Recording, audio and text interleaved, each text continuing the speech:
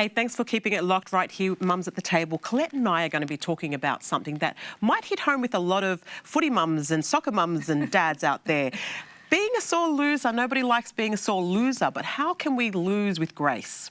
Yeah, and that's the big question, I think, particularly for parents of children. We need to, absolutely. And I think we need to remember that our children are still kids and they're going to be disappointed and they're going to be upset. And it's all about teaching them how to lose gracefully. And it's not going to happen overnight. For some of our kids, it could take years. The problem is for some of our parents, it could take years. Yeah. I'm kind of pretty enthusiastic. I'm one of those soccer mums who yells and gets very enthusiastic from the sidelines. And it's great to be invested in your children's activities and sport. But I think sometimes we can get so invested that it becomes about us, potentially.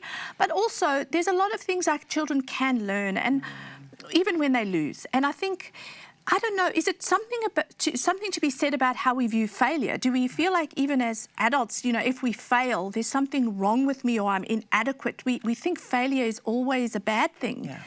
And it's not always a bad thing. Yeah. Well, what are the good things in losing? And so, look, again, no child's going to jump for joy when they lose. My children don't jump for joy when they lose because they're normal kids.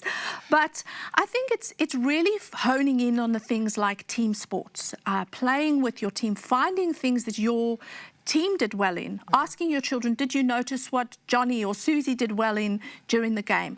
Focusing on our children's personal bests even within the game. What did you improve on in that game?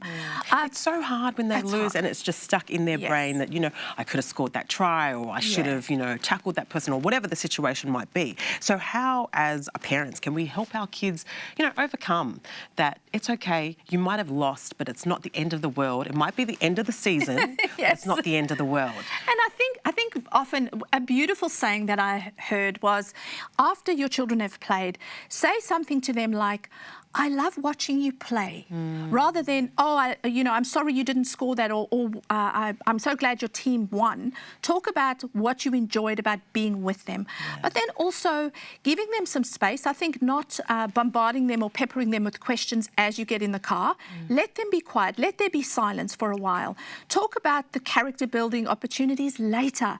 It's all right to give them some time to just process. I love that you said that, because I think that's a lesson to self. You know, you don't need to hammer them straight away with the lessons that you've learned. Give them time to process and to take it in, what's just happened. Absolutely. But I think you touched on an important part, which was about the participation. Yeah. It's so important that as parents we talk about more focus on that participation. You got in there, you gave it a go. And that's the good Aussie spirit, I think, is giving it a go. And they get to build friends and they get to build social skills. There's a lot of other things they're learning in sport besides just, am I winning? Yeah, that's so important. Thank you so much, Colette, for that. And I hope that's helped you as parents, whether you're a Team A mum or a footy mum. Just, it's okay to lose. Every now and then, it's okay to lose.